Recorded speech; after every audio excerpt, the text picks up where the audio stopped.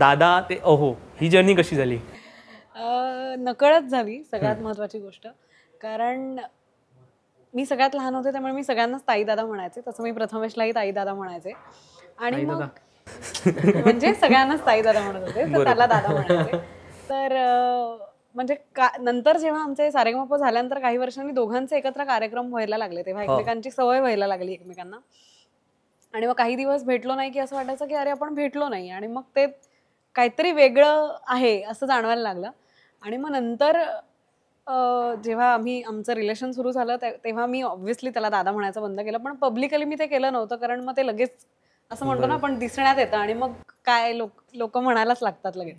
त्यामुळे तसं केलं नव्हतं. पण आम्हाला नंतर संधी मिळाली, आय थिंक आमचं सारेगमपचं जे आम्ही जज केलं शेड्यूल, तेव्हा आम्ही 5 जण जज होतो. आणि तेव्हा असं सगळ्यांनी मिळून ठरवलं की आता आपण एकाच स्पर्धेचे एकच रोल सगळेजण प्ले करतोय. त्यामुळे कोणी वयाने लहान कोणी मोठं असं न करता आपण सगळ्यांना नावाने हाक मारूया. तर त्यामुळे त्या संधीचा मला फायदा करता आला आणि मी त्याला दादा म्हणायचं बंद केलं.